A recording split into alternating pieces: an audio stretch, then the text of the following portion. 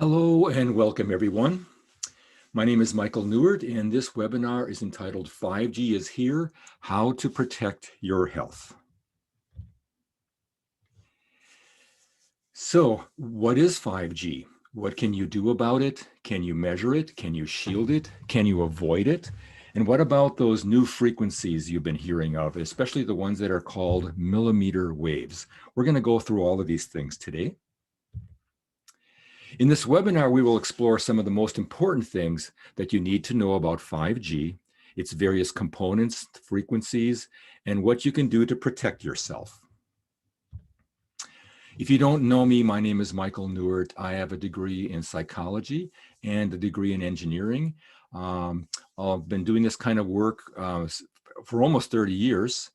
I'm also a licensed electrical contractor, and I've been working with highly sensitive clients for almost 30 years. And I consider the highly sensitive people often are the ones that teach us more about EMFs than anybody.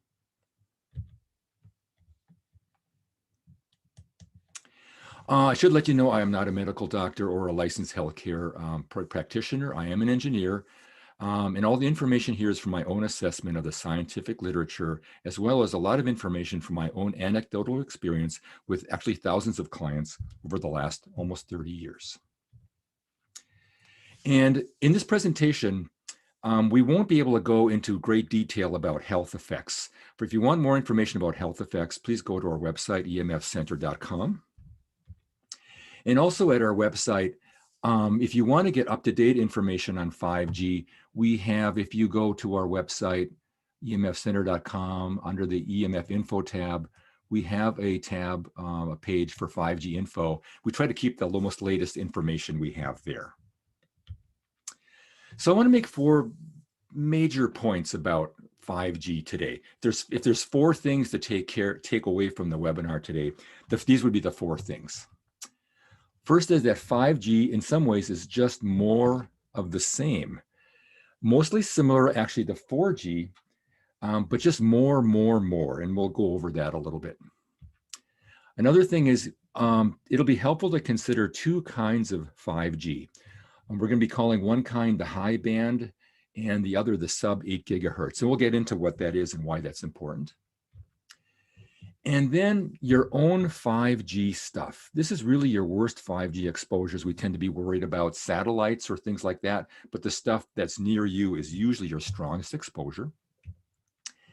And then what is your best defense with 5G for your health? And that's probably to have the right test meters to detect it. So 5G in many ways is just more of 4G. Except we have more data transfer, more speed, more bandwidth, more frequencies, more antennas, more devices, more technologies. It's really the Internet of Things. So this has to do with so many wireless devices just in this home. Like here's a wireless device, a wireless device, a wireless device. You know, and then this TV is probably wireless. There's probably a Wi-Fi router over here, and there's probably a wireless thermostat over here. And in other words, there's so many wireless devices, and 5G is introducing more and more. And a lot of that involves the increased data that's needed for downloading videos and streaming videos. But there's also a lot of appliances now that have Wi-Fi, and like here's a washer with that has Wi-Fi in it. And there's so many devices now that you have to be a little careful. A lot of people don't know that they have smart meters on their house. A lot of times people don't know that their TV is a Wi-Fi and Bluetooth. A lot of the stereo components and TV components, a lot of these boxes will have wireless in them. Your refrigerator could be wireless. There's so many things. Here we have wireless thermostats are very common now, wireless security systems, even things, of course, like baby monitors. It's getting very hard to find a baby monitor that isn't wireless. And then, of course, the coming of self-driving cars. All part of the Internet of Things, where everything is connected to the Internet, everything from our light bulbs, of all things, to our wristwatches, to our computers. So, a quick little update about the generations. 5G just means fifth generation. It's a broad term, but something to look at. You can see, like, here's the original brick phone, and here's now the kind of phones we have now that are coming out. Now, when cell phones technology started, look at this 25 kbps. This is kilobits per second. Think of a bit as like a little information packet.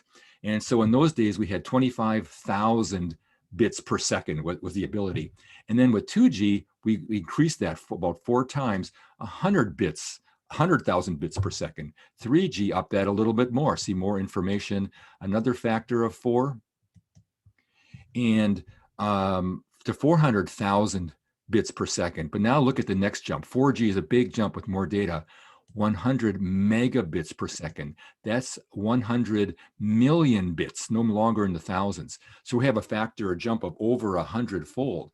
And then what's trying to happen with 5G right now, more in the Internet of Things, so much more data. So basically this 10 gigabits per second, that's 10 trillion bits per second. So you have 10 trillion pieces of information flowing in 1 second as a possibility compared to the original 25,000 in a second. So you can see this is really amping up. But one thing to think about with 1G to 2G to 3G to 4G, it isn't like we have 3G and then all of a sudden 3G ends and then we start 4G and it's like this big step up. It's actually something more like this. There's a ramping up.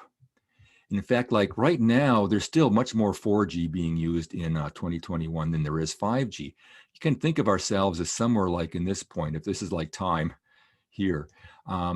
There's a lot of 4G happening. In fact, a lot of 5G infrastructure is still using 4G. But what is happening, of course, these are no longer available, the 1G and 2G, but now the 3G is getting less and less available too. So there's this kind of general ramp up.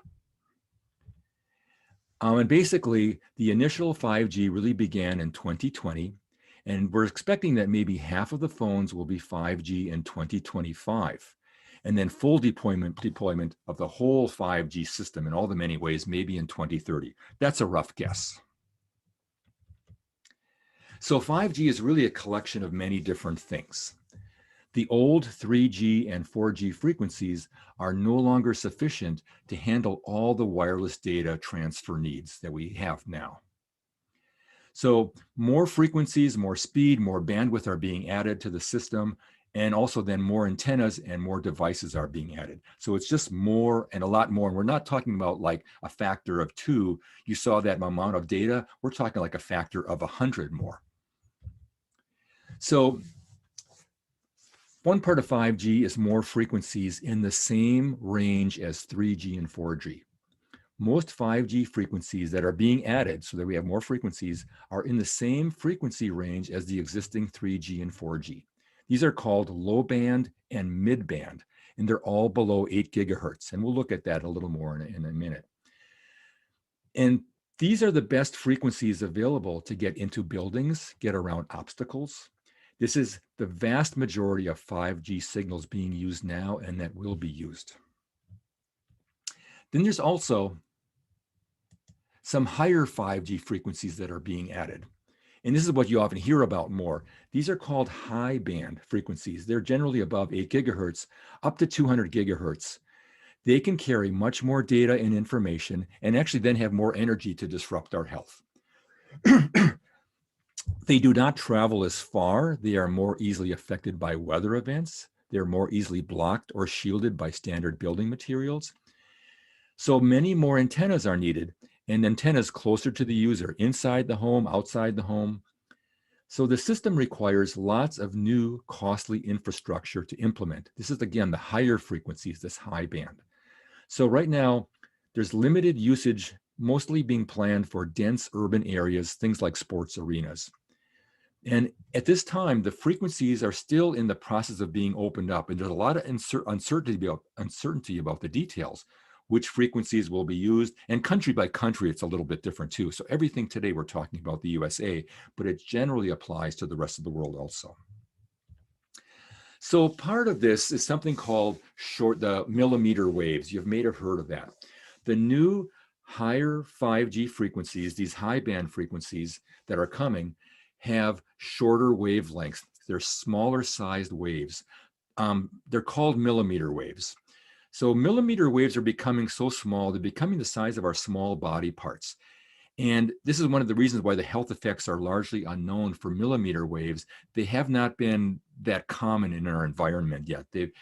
This is something that's new that's coming to use these small wavelengths for so much communication. I don't know what's going to happen with this, but we're expecting similar health effects as with the existing 4G wavelengths, or maybe worse. And just a quick little thing, so you get a little idea about this thing with the size of the waves. The mid-band 5G, which is what most 5G is and what most 3G and 4G is and was, one of the frequencies in there is 2.4 gigahertz. Now, that's one of the frequencies used by Wi-Fi. It's even the frequency that's used by microwave ovens. But what's interesting is that frequency is about 5 inches in size. That's the size of the wave. And that's important because antennas, when you're broadcasting an EMF or receiving EMF, you get the best resonance or coupling effect, like the energy passing from the antenna to the air to the antenna, when you have similar sized antennas as the field itself. So what's interesting about this 5 inches, that's about the size of the brain. So if you had just took our brain, it's actually already at a very good size for matching the wavelength of this 2.4 gigahertz signal that's common in the mid-band 5G. And so the brain in some ways could be a very good receptor to this particular frequency. So this is some of the worries about the high band frequencies also. So 60 gigahertz, if we had that, if that was available, that'd be about 5 millimeters, 200 gigahertz, 1.5 millimeter. These are all high band frequencies. Now the sweat glands consist of little coiled tubes that are about 2 to 5 millimeters long. It's kind of like this. So there's some speculation because the sweat glands are conductive, they can actually work like good little antennas. So our sweat glands are already good antennas for picking up millimeter waves. So we don't know what's all going to happen with this for our health yet, but that's one of the concerns. And then another part of 5G is just more antennas, smaller antennas, closer antennas to us. Many more small cells. These are cellular base stations. They're needed, more of them closer to us. These small cells are often installed every 400 to 900 feet, for example, along streets on the power poles and the light poles. So there's different sizes of the small cells. The microcells and the picocells, these are relatively small cell antennas. They're mounted on buildings and power poles. Then femtocells, these are even smaller cell towers. Cells, they're not really towers anymore. They're kind of like today's Wi-Fi hotspots, like in a commercial building. There's going to be actually like little cell towers in buildings, not just outside, they're a mile away. Little versions of cellular antennas inside buildings. And even drones and balloons can position small cells. And then, of course, a lot of the concerns about satellites, because they're becoming increasingly important for some of the 5G services, especially in remote and rural areas. Then we also, so just to, here's a little example, 4G and 5G small cells in neighborhoods. It was already coming with 4G, and it's definitely coming with 5G. It's going to depend on the neighborhood, but see like these antennas here on the poles. Here in this neighborhood, every antenna has a little small cell on it. Here's a small cell over here. You're going to see different versions coming. Some neighborhoods will get it, some will not. And the denser the neighborhood, the more likely you're going to have more of these. And then another part of this is just many more 5G devices being used. So many appliances and electronics will have wireless in it, whether you like it or not. And often people, without people even knowing that their devices are wireless. So this can include lighting controls, thermostats, environmental controls, furnaces, irrigation systems, security systems. Almost anything can be wireless, from baby scales and cribs to your washing machine, your clothes dryer. And I'm not kidding. We did have a client who actually had a Wi-Fi baby crib and a baby scale so that she could be anywhere and checking her cell phone. And if the nurse, if the person at caring for her baby, put the baby on the scale, she could see what the baby's weight was. I don't know that we really need those kind of things, but that's the kind of thing that's already here and coming much more. And of course, the worst case for all these devices is anything that's worn on your body. Again, this is all the Internet of Things. Another thing that you might have heard of, just so you have a little understanding, is beamforming, massive MIMO, and some of the other technologies. Basically, this has to do with more focused, directed, and targeted RF signal beams rather than 360 degrees in all directions. And so in these systems, the system steers the RF beam constantly. Like if you're driving along, the beam keeps on getting steered towards your car for optimum line of sight communications. The good thing about it is you have less spillover, but in the direction it is sending, you have a stronger signal. Wireless systems then can reuse that same frequency in multiple directions and other locations nearby. To give you a little idea. So in the middle here, this is how regular cell antennas are. You'll see 3 antennas and they kind of go 120 degrees in one direction, in another direction, and there's one signal with one cell phone in that whole direction. But now the antennas with the beam forming and the multiple in, multiple output, you have one antenna site sends a signal over here to this phone, a signal over here to this phone. You can get a lot more signals out of that same antenna instead of it just having one in the area. And the beams look something like this. You can see it's a stronger beam. It goes further.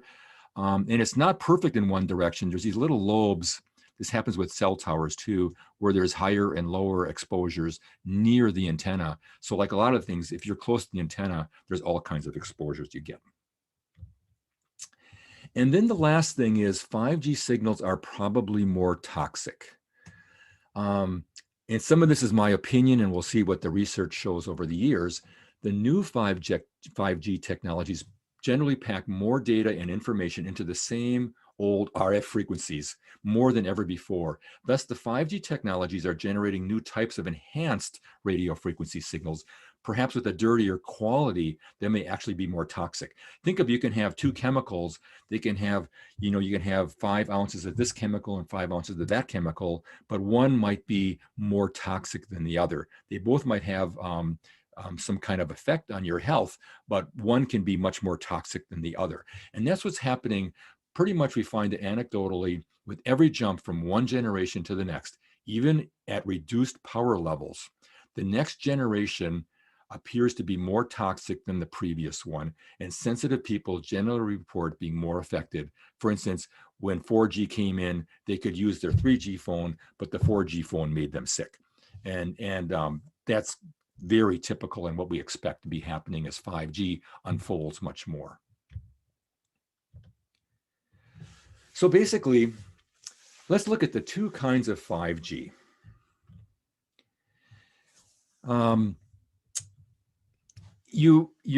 Everybody's seen rainbows, and you may or may not be aware that a rainbow is part of the electromagnetic spectrum. The frequencies of light are much higher in frequency than the things like our 5G is. But if you had the eyes to see all the other frequencies, like we can see from violet down to red, but if you had eyes to see it, you'd also see ultraviolet's over here. You'd see infrared, and then you start seeing radio frequencies, and before you know it, you'd see like power line fields. And so this radio frequency type of EMF, this fills a large, see, here's the rainbow, and then here's infrared, and then here's the radio frequency sections in frequencies. So way beyond the red of the rainbow. And if you could see even farther, you'd see the fields from power lines. Now, 3G and 4G use a certain set of frequencies in the radio frequency band. I'm kind of showing it roughly here. So, and one of the reasons these frequencies are used is because they're really the best frequencies to get through walls, get around things, and yet carry a fairly large amount of data information. And 5G low band, it's one of the, some of the new frequencies being opened up for 5G, but it's called low band. That's still in that same frequency range of 3G and 4G, and it's kind of like this lower half of what is already 3G and 4G. And then 5G mid-band, that's this part of this here. Again, in the same old frequency range that we had for 3G and 4G, but we're opening up more frequencies in there. So these mid-band and low-band 5G frequencies are very similar to 3G and 4G in their frequency. And then we have the high band, and this is where it gets a little bit different. So here we have added we're adding more frequencies into the mix. So this is the new part of 5G frequencies. So it's helpful to think of two different kinds of EMFs because it's such a wide range, I should say, or kinds of 5G. So one is, think of everything that's less than 5G, I'm sorry, all the 5G that's less than 8 gigahertz, the low band and the mid band, that's I'm going to call sub 8 gigahertz. That's all of the 5G and the 3G and the 4G that's all below 8 gigahertz. And 8 gigahertz is sort of a rough number. I could have said 10 or 12 gigahertz. We're going to work with 8 gigahertz here as sort of the dividing line. And then think of high band as all the 5G that's above 8 gigahertz. And you have these two different types, and it's helpful because the two different types need different test meter requirements, and shielding works different for each. So we're kind of make it into those two categories here. And basically right now in the USA, these are the frequencies that are being used for low band, mid band, and high band. And it will differ from country to country. And this is going to even open up more as things like here in the USA, the FCC opens up more frequencies for use.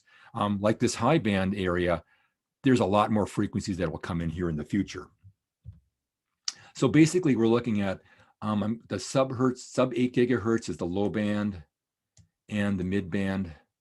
And then the high band is these frequencies that are above 8 gigahertz. So just keep that in mind as we go through the rest of the webinar. And so which ones will be used the most? That's actually a good question because you'd think, oh, won't they use this? Well, no, we're going to go into a little bit. Why not? The main frequencies that are going to be used most will be these. And then these will also be used, but to a lesser degree, and probably these will be used the least. The high band will probably be used the least. Some of this we're only going to see in the coming years to know for sure. And why is this important?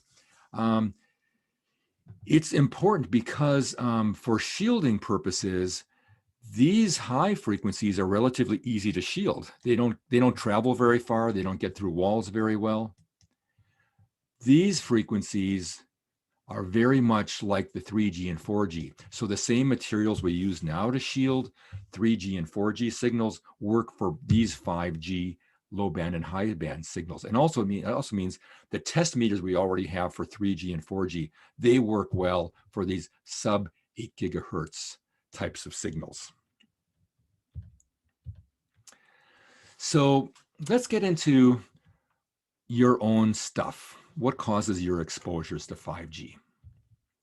So I kind of have four categories. One is things close to your body, like within an inch. Things in your house, like maybe 1 to 50 feet around you.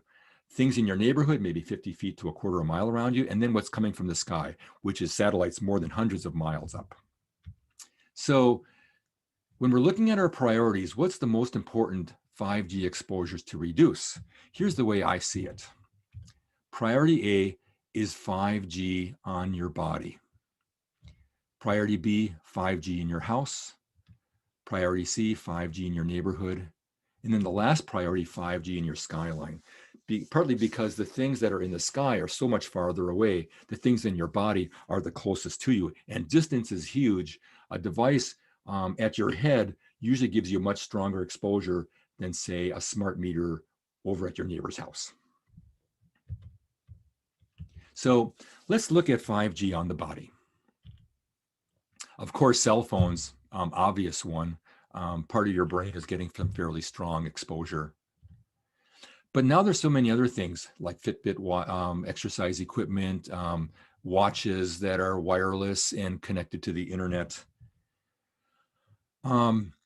Cell phones, tablets, Wi-Fi, computers, cordless mice and keyboards, hearing aids. There's all kinds of things that people are wearing now or touching that are causing more RF exposures. So remember, wearing 5G and touching 5G devices, that causes your strongest exposures. Those are the most important ones to worry about. And then second priority, 5G in your house.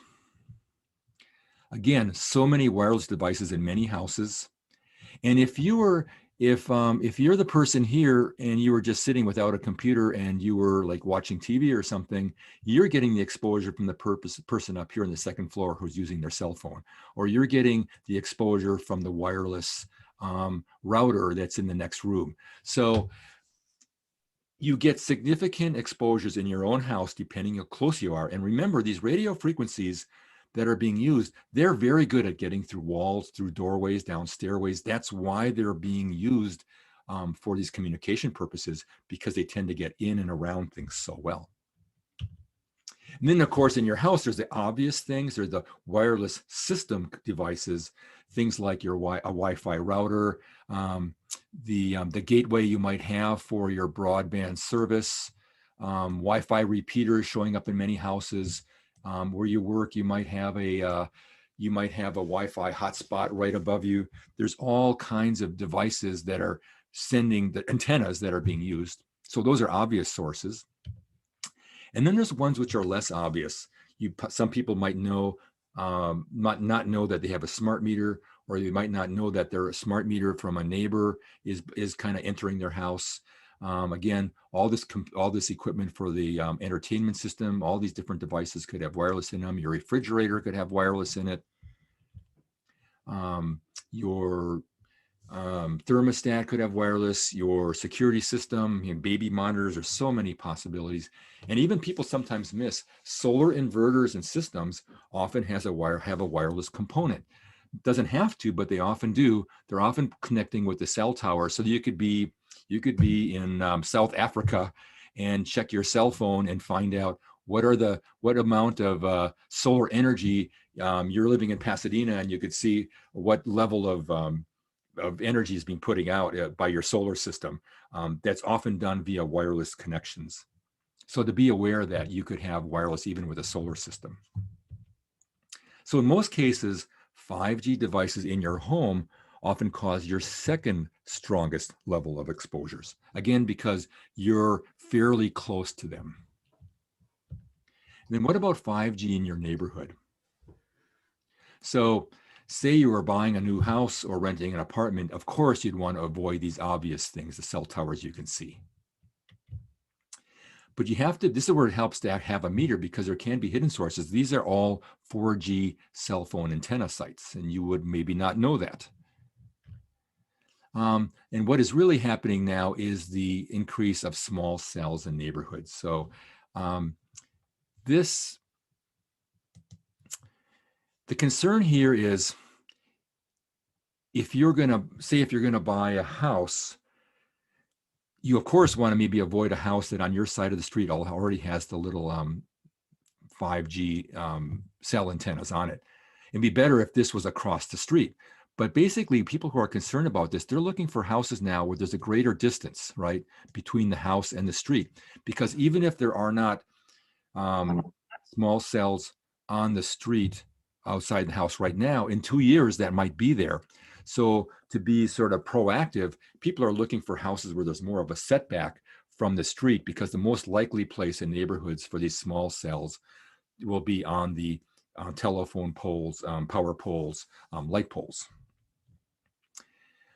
And of course, we want to avoid, there's going to be a lot of, here's a shopping center, and then here's a small cell system right there. And another thing to be really aware of is your neighbors' devices. So in your neighborhood, often your strongest exposures are from your neighbors. So for instance, here, say this was your room here, say that was your bedroom, and then right over here, maybe there's a smart meter, or right over here, the neighbor has an office and they have a Wi-Fi router in there. So the signal from the Wi-Fi router goes through the air here, through your window, and sometimes you can get stronger exposures from a neighbor's Wi-Fi than you would from a Wi-Fi in the same house downstairs and outside of the house, because it goes right through the windows. So another thing that people are doing when they're looking for houses, places to live, is they're trying to find houses that have a greater distance from neighbors, because the closer you are, the more susceptible you are to your neighbor's devices. And then, of course, what's going to be coming, there's already radar protection on cars. So as you go down roads, there's a certain amount of radar that you're getting from cars. But with the advent of self-driving vehicles at some point, the streets in your neighborhood could become very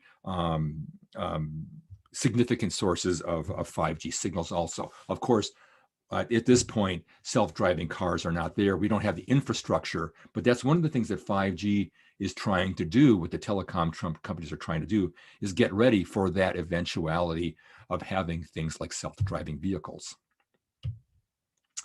So neighborhood 5G devices can also cause significant RF exposures, but typically not as strong as the stuff that's on your body or the things that are nearby in the same room or the same house. And then what about 5G in your skyline? So the thing that we're aware of is wireless 5G internet via satellites in orbit. And you're hearing more about that. And that's because right now, thousands of satellites are being launched.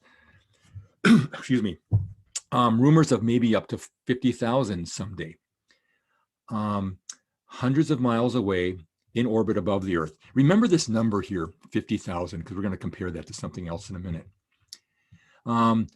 Because these satellites are so far away, our exposure is relatively low to us here at the ground level.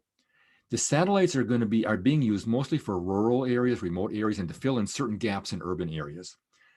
The space satellites are not preferred by the telecom companies due to their higher cost and their latency issues. It has to do with when you send a signal to a satellite and say the satellite is 450 miles up, it has to travel 450 miles and come back 450 miles. That there's a little bit of lag in the signal, and thus the computers look like they're running a little slow. So the telecoms like to have communication systems that are closer, not hundreds of miles away. So the telecoms prefer ground-to-ground terrestrial internet type of situations. Typically, these are within 10 or 20 miles. So what that is like here on the left is an example. This is a 900 megahertz system. There can be many different frequencies, but here you have a point-to-point ground-based fixed wireless internet where you have a dish on your property and there's a dish somewhere, perhaps on a tower, and they're communicating back and forth, often for like this one is set up for up to 18 miles. On the right here, we have an example of another site-to-site sort of antenna. Don't know what it's looking at or what it's receiving from, but this is for a commercial building, and there's signals going out and back via that. So remember that number 50,000 someday of satellites around the Earth? It sounds like a lot, right? But think of these satellites as like another cell tower, but a cell tower in the sky. What about the cell towers on the ground right now? This is actually information from 2019, so it's already a little old. In just the US by itself, we're not talking about the world, just the US, 350,000 cell towers. Now, and that's actually cell towers. If you look at cell sites, these are not just towers, but things on buildings, flagpoles. In just the US, over 1 million cell sites. So you can see even in the future, we're expecting to have 50,000 cell towers in the sky, but we already have well over 1 million cell sites here on the ground and that's just the US. And to me, this is the biggest concern, more than the satellites, because these are relatively stronger EMF exposures compared to these on the ground exposures are stronger to us typically than the ones that are coming from the sky, because this ground terrestrial is often in the range of 10 to 20 miles away, not 200 miles or 400 miles or 800 miles. So these ground-based systems are used whenever possible by the telecom industry. The satellites are mostly there for rural areas and to fill in certain gaps in urban areas. So these ground-based systems are preferred by the telecoms due to their lower cost and their improved latency issues. Again, this is where if you're going 20 miles to another antenna and back, there's a lot less lag in the signal than if you're going 400 miles. And basically how that looks, you can have tower to tower, but then you have a tower, you basically on your property typically have some kind of dish where you're picking up from a tower like that or whatever, and then you're also sending back to that. It's a little more directed. It's not so much spillover, a little bit of spillover, so you're always concerned about on your property. But basically, this is something that I'm also concerned about, is more and more of these terrestrial site-to-site internet systems. So satellite exposures are generally relatively weak here at the ground, but terrestrial internet can be significant. And I just wanted to mention that we still do have a promotion. This is for anybody who's watching this particular 5G webinar. We do have $50 off the e-course, my e-course. It's been going for a couple of years. We just updated it. It's got a lot of 5G updates, so it's right up to date again. You can use the coupon code and purchase 5G50 if you're interested.